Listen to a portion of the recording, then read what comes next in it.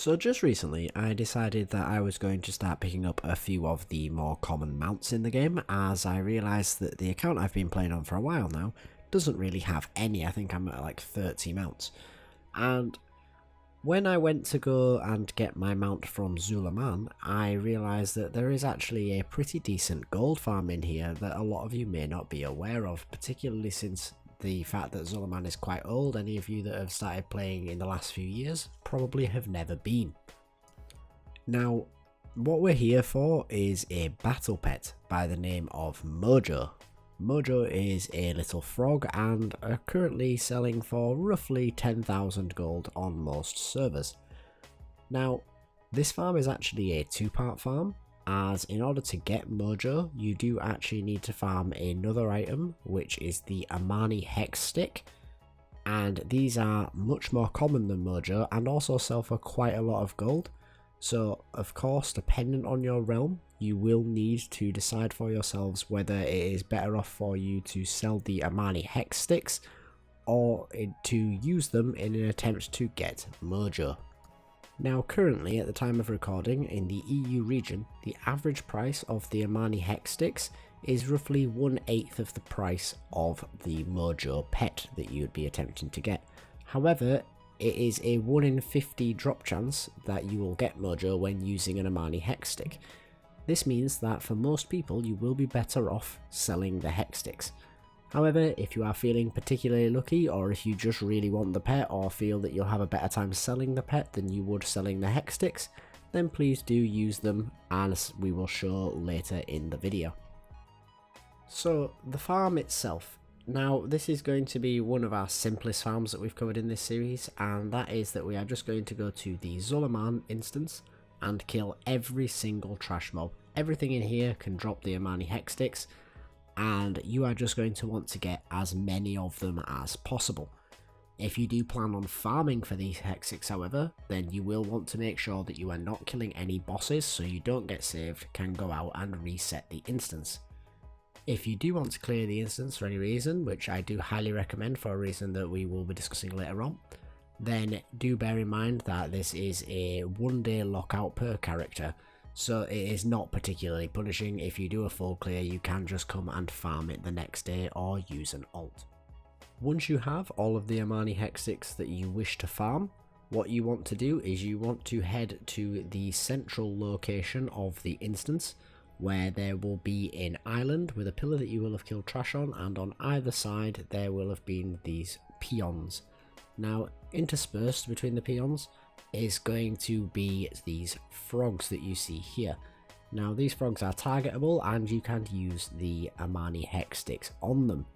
When you do, the frog will transform into most likely a humanoid of some variety, who will leave either a box containing Amani charms, which are basically useless at this point in the game, or potentially some gold.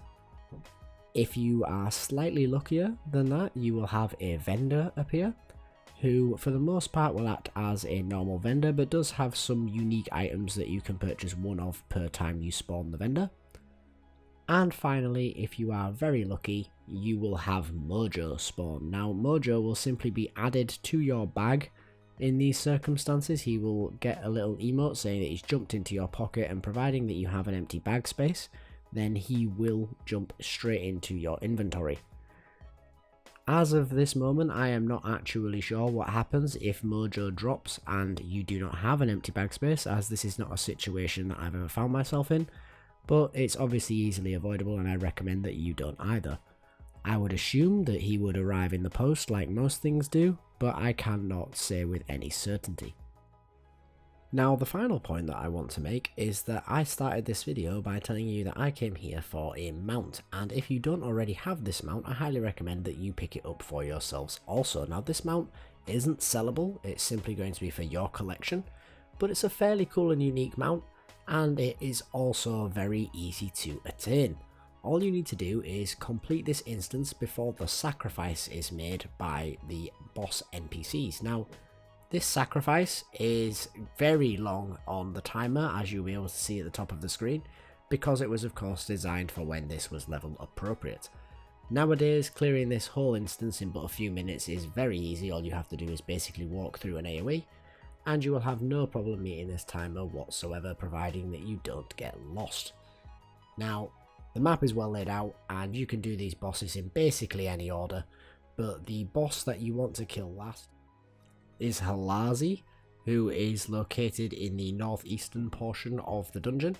And once you've killed all of the bosses, leaving that until the end, providing you are in time, there is an NPC that will yell for help, and all you have to do then is go over and speak to them, and you'll be able to open the cage that they are in, and then they will do some little RP where they run around the room and destroy some vases, from which most of which you'll just get a bit of gold. But finally at the end there will be a bag that you can open, and I'm given to understand it's about a 90% drop chance for the mount.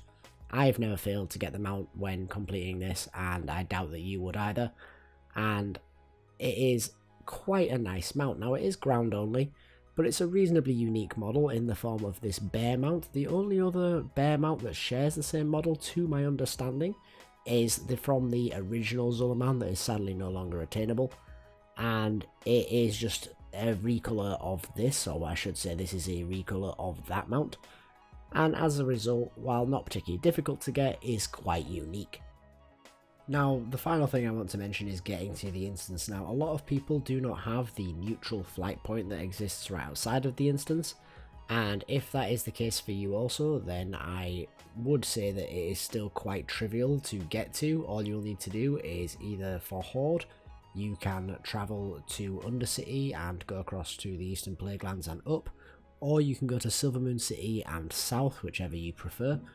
And for the Alliance, you want to head to your most northern portal point, which will be the Twilight Highlands, and then fly up to the Eastern Plaguelands and run north.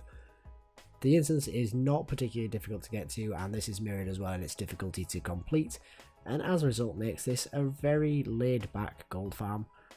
It is of course somewhat random in terms of how many hex sticks you're going to acquire and then whether or not you get the pet from it, but it is also very easily farmable, and it is done inside of an instance, so you do not require any assistance. But that's going to about wrap it up for this video, guys. I do hope that you enjoyed. If you did, please do consider liking the video, it does help out a great deal, and if you want to be kept up to date with any future videos that I bring out on similar subjects, then please do consider subscribing to the channel. But for now, guys, that's going to about do it, and thanks for watching. Later.